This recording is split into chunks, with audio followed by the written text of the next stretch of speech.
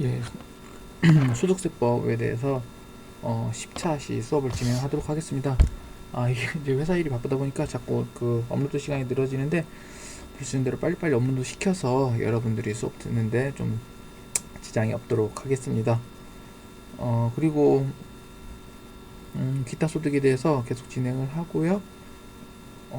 저희가 아마 강의는 14주차까지 진행이 될 것 같습니다.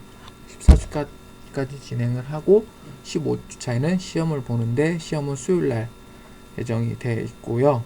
자세한 사항은 안내를 해드리도록 하겠습니다. 자, 저희가 기타 소득에 대해서 얘기를 했고 이제는 기타 소득에 대한 과세 방법에 대해서 이야기를 하도록 하겠습니다.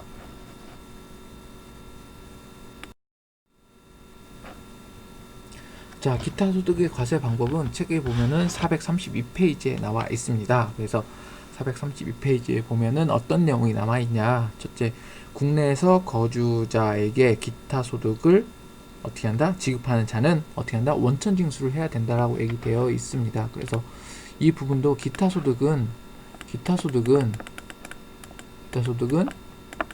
누가 원천 징수해야 돼요? 지급하는 자. 지급하는 자가 원천 징수를 해야 됩니다. 원천 징수를 한다는 얘기는 원천 징수를 통해서 어떻게 해야 된다? 신고, 납부해야 되는 거죠. 그래서 신고, 납부해야 될 의무가 있기 때문에 그러면 소득의 종류에 따라서 원천 징수하는 게 어떻게 한다? 다르다는 이야기를 하고 싶은 거죠. 책에서는. 그래서 제가 말하는 것도 지금 이 부분들은 각각의 소득에 따라서 어떻게 원천 징수하는지를 이야기를 할 거고요. 그거에 따라서 뭐가 다 달리 나타나게 된다. 원천 징수가. 그래서 기본적으로 이러한 원천 징수를 했을 때 그때 저희가 만약에 지금 5월이죠. 5월에 지급분은 이거를 언제까지? 6월 10일까지 원천징수세액을 신고 납부해야 됩니다. 여러분들이 그 근로소득을 신고할 때 기본적으로 뭘 하냐면 원천징수 이행사항 신고서를 작성을 합니다. 그래서 원천징수 이행사항 신고서를 작성을 하면요, 원천징수 이행사항 신고서 안에 어떻게 되냐면 이 기타소득 신고에 대한 부분이 나와 있습니다. 그래서 이 부분에 대해서 다음 시간에 원천징수 이행사항 신고서를 한번 좀 보고 어떤 부분에서 어떻게 이렇게 신고가 되는지를 살펴보도록 하겠습니다. 정확하게 어떻게 신고가 되는지를 알아야 여러분들도 관련된 부분에 대해서 좀 더 명확하게 좀 이해하실 수 있지 않을까 생각합니다. 원천징수 이행 사항 신고서를 보시면요, 사실은 다양한 내용들이 나와 있거든요. 그 부분도 한번 같이 설명을 드리도록 하겠습니다. 그래서 그 내용을 하나하나 살펴보도록 하겠습니다.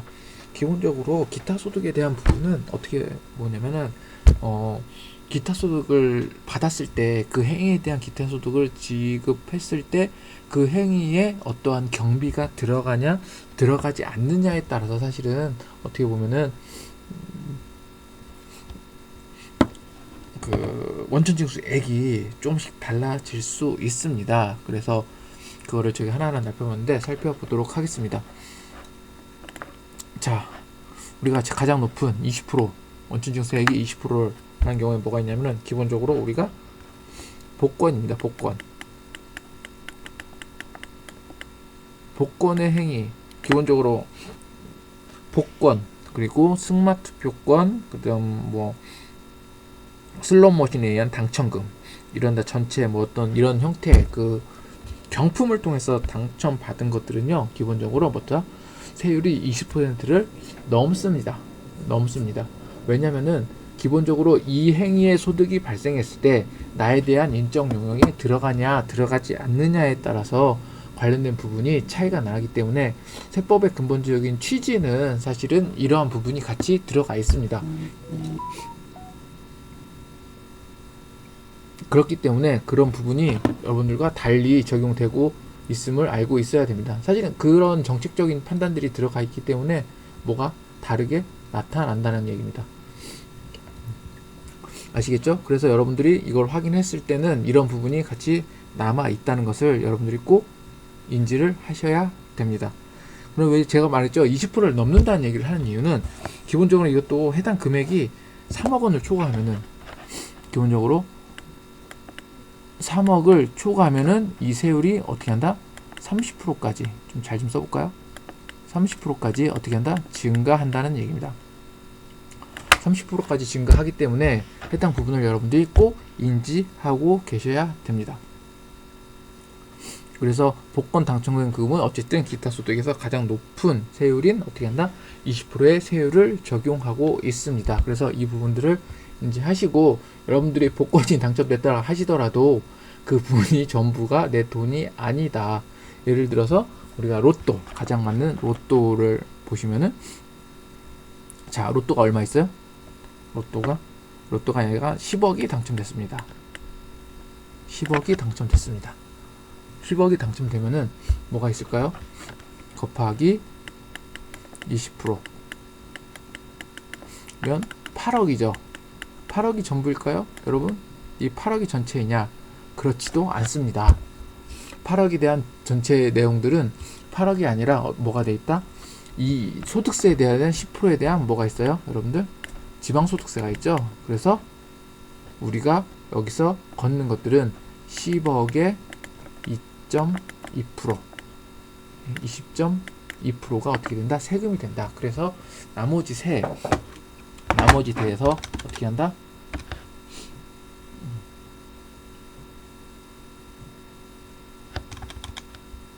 차액만 받게 되는 거죠. 그래서 10억이면 계산해 볼까요? 10억 여기 봤습니다. 곱하기 20%입니다. 20.2 마이너스 총 79.8%가 되겠죠. 그래서 10억을 곱하면 7.8억 정도가 뭐가 된다? 기본적으로 소득 금액이 된다. 그래서 여러분들 복권을 당첨되더라도 혹시라도 당첨됐다면은 누구한테 보통 나눠준다고 얘기를 하셨다면요, 그거를 고려하셔갖고 그 부분을 나눠주셔야 됩니다. 세금이 부담을 하기 때문에. 자, 두 번째 금은 봉사료입니다. 봉사료.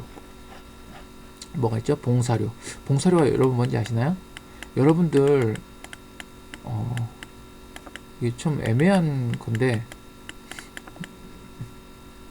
여러분 술집을 가거나 혹시 뭐 이렇게 룸을 갖고 있는 술집을 가거나 또는 호텔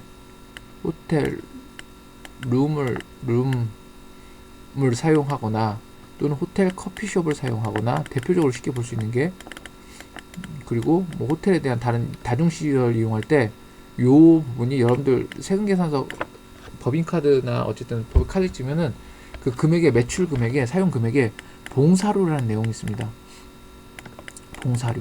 봉사료라는 항목이 있어요. 진짜로 봉사료를 보시면은 이 봉사료는 그 여러분들한테 그 서비스를 제공하는 인적 용역에 대한 봉사료를 얘기를 하거든요.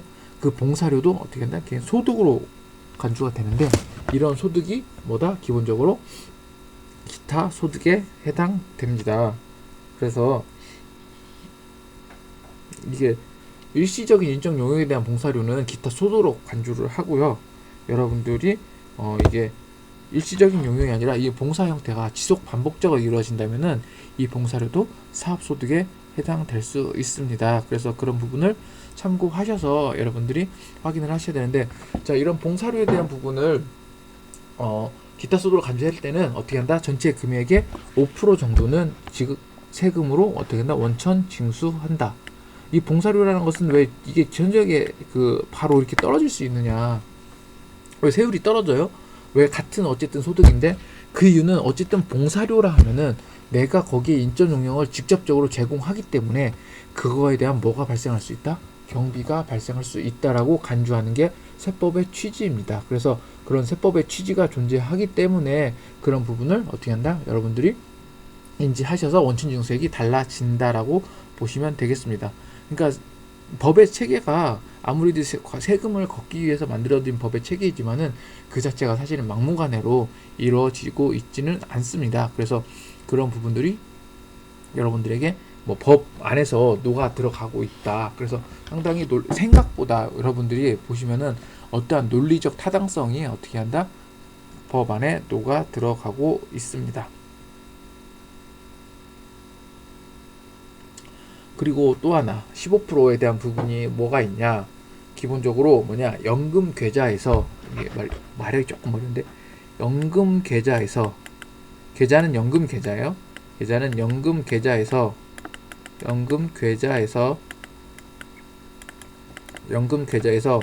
무엇을 같이 받았어요? 연금 말고 기타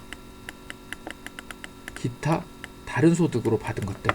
연금 계좌에서 연금 소득 말고도 다른 소득이 나올 수 있다라고 보는 거죠. 실질적으로 뭐 연금을 중도에 해약하거나 또는 연금을 통해서 뭐 다른 걸 그쪽에서 뭐 기타 소득이나 어떤 형태로 나타났을 때 그거에 나오는 부분들은 어떻게 한다?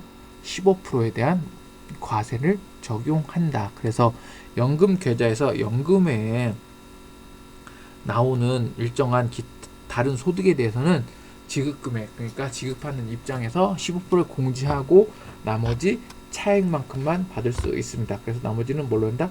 기타 소득으로 지급됩니다. 그래서 여러분들 그거 참고하시고, 뭐 연금 계좌에서 어떤 소득이 발생했는데 왜 이걸 다 안 줍니까? 이렇게 따지지 마시고, 여러분들은 또 해당 부분의 업무를 하시고 또 전공을 하셨기 때문에 이런 부분이 존재한다고 보시면 되겠습니다.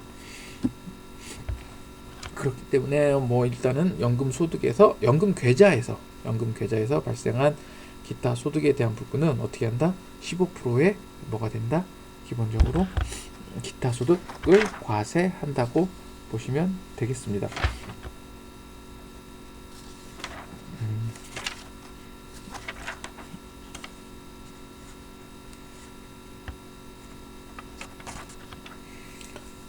그리고 다음에 두 번째는 소기업, 소상공인 공제 부금. 여러분들 여기에 소기업 또는 소상공인에 대한 부금이 뭐가 있냐면요. 여러분들 아시는 분들 계시겠지만 뭐가 있을까요?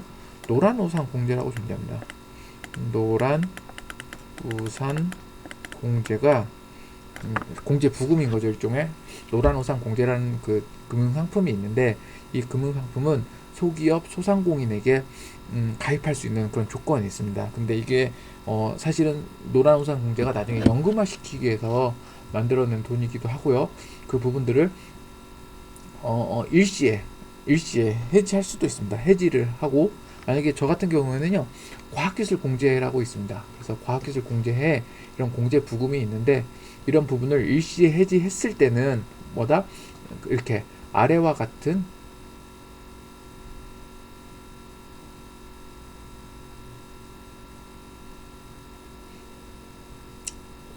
소득세를 원천 징수해야 됩니다. 그래서 소기업 또는 소상공인이 가입한 그 노란우산 공제에 대한 그 일시 해지금, 해지 일시금, 그러니까 해약을 했을 때 받은 일시금에 대해서는 어떻게 한다? 15%를 과세한다라고 되어 있습니다. 이게 약간 그 노란우산 공제가 여러분 아시다시피 약간은 그 저축성 보험에 사실은 가깝거든요. 그래서 그런 부분에 있어서 뭐 한다? 해당 기타 소득 금액에 대해서 15%를 원천 징수해야 됩니다. 자, 우리가 그리고 보시면은 두 가지가 어떻게 돼요? 20%의 금액을 뭐 하고 있다? 20%의 금액을 기타 소득으로 간주하고 있습니다. 원천 징수 금액이. 자, 요 지금 우리가 설명했던 이 부분의 외에, 그러니까는 사실은 기타 소득의 기본적인 정의가 뭐예요, 여러분? 기타 소득은 우리가 뭐예요? 아무것도, 결국에는 이것도 저것도 아닌 것들이 뭐다? 기타 소득입니다. 그렇죠? 기타 소득이기 때문에 그런 부분에 대해서는 어떻게 된다?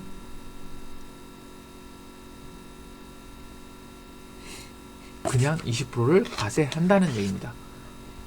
여러분들 보시면은 기타 소득이 뭐라고 되어 있냐면은, 기타 소득의 정의가 뭐라고 되어 있냐면, 기타 소득이란 이자 소득, 배당 소득, 사업 소득, 근로 소득, 연금 소득, 퇴직 소득 및 양도 소득 외에 모든 소득을 기타 소득으로 얘기합니다.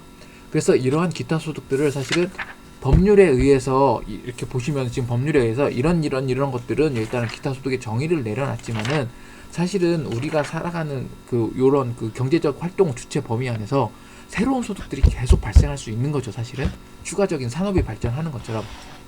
그런 새로운 소득들이 발생했을 때 그 외에 기타 이거를 다 나열할 수 없기 때문에 어떻게 된다? 그 외의 기타 소득이라고 이야기를 하는 겁니다. 그래서 이 그 외의 기타 소득에 대해서는 어쨌든 20%를 계상한다라고 이야기를 하고 있습니다. 그래서 나머지 부분 우리가 지금 계상하는 요 이외에 나머지들은 기본적으로 기타 소득을 어떻게 한다? 20%를 계상해서 뭐가 된다? 계상해서 정리가 된다라고 보시면 되겠습니다. 정리가 된다는 얘기는 원천 징수가 정리가 된다는 얘기예요. 그래서 그런 부분을 참고하시면 되겠습니다. 또한 그 기타 소득이긴 한데 여러분들이 원천 징수하지 않는 부분들도 존재하고 있습니다. 그래서 원천 징수하지 않는 부분이 뭐가 있냐면은 기본적으로 계약, 위약 또는 해약으로 받은 위약금과 배상금. 대표적으로 여러분들 위약금이 부동산이죠.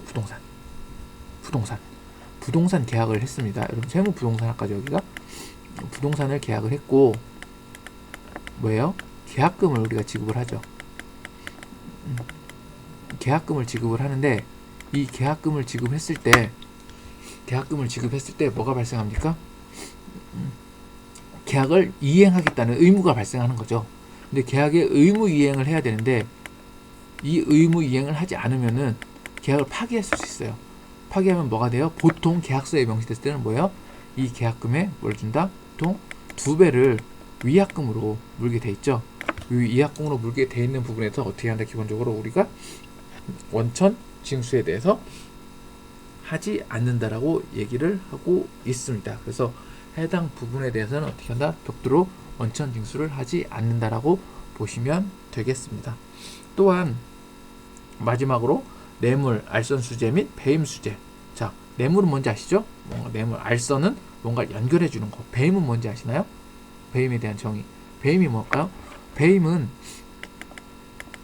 일단 그래야 뭔지 알고니까 배임은 이거 형사법상 A와 B와 C가 있습니다. 이런 C가 있습니다. 그래서 A와 B가 여기 회사고 여기 하청업체예요. 그럼 여기가 만약에 B가 직원입니다. 근데 이렇게 짜고 이 사람이 회사의 돈을 이렇게 해서 이 사람한테 이익을 취하게 한 거죠. 이익을. 그러면은 이 사람은 이익을 가져가지 않았고 이 사람은 이익을 가져갔지만은 이건 어떻게 한다? 이 사람은 이게 배임죄에 해당됩니다. 왜? 3자의 이익을 도모하게 되면 어떠한 그 뭐 기망 행위로 인해서 3자의 이익을 도모하게 되면 어떻게 한다? 배임죄가 성립되기 때문에 이런 것들을 배임이라고 합니다. 이거 배임을 수재했다. 결국에는 이걸 해서 이 사람은 요구한테 뭘 받았겠어요? 금품을 받았겠죠. 금품을 받았을 거예요. 만약 이런 형태가 오면은 받았다는 얘기 아니라 이랬을 때는 뭐라다?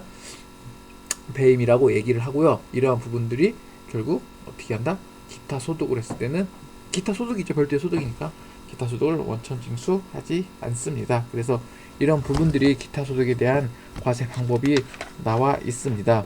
그래서 기타 소득에 대한 과세 방법이 이렇게 정리하면 보면 될 것 같고요.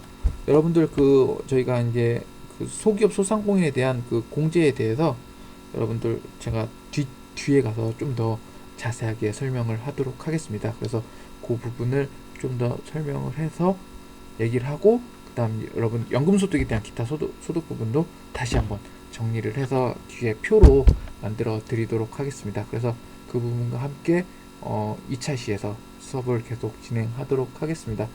여러분들 일시적으로 수업을 많이 나갈 수도 있어요. 올라가는 것들이. 그래서 이게 여러분들 여러 기간 동안 계속 수업이 올라가다 보니까 앞에 안 들은 것들도 있으면은 차례차례 들어주시고요.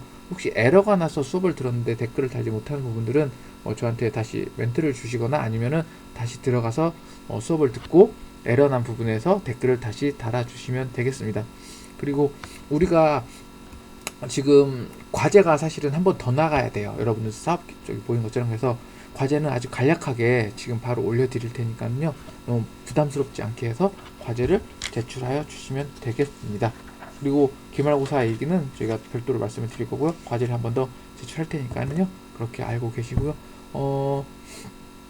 어쨌든 10주차 1차 시수업은 여기서 마치도록 하고 2차 시에서 다시 만나도록 하겠습니다. 예, 감사합니다.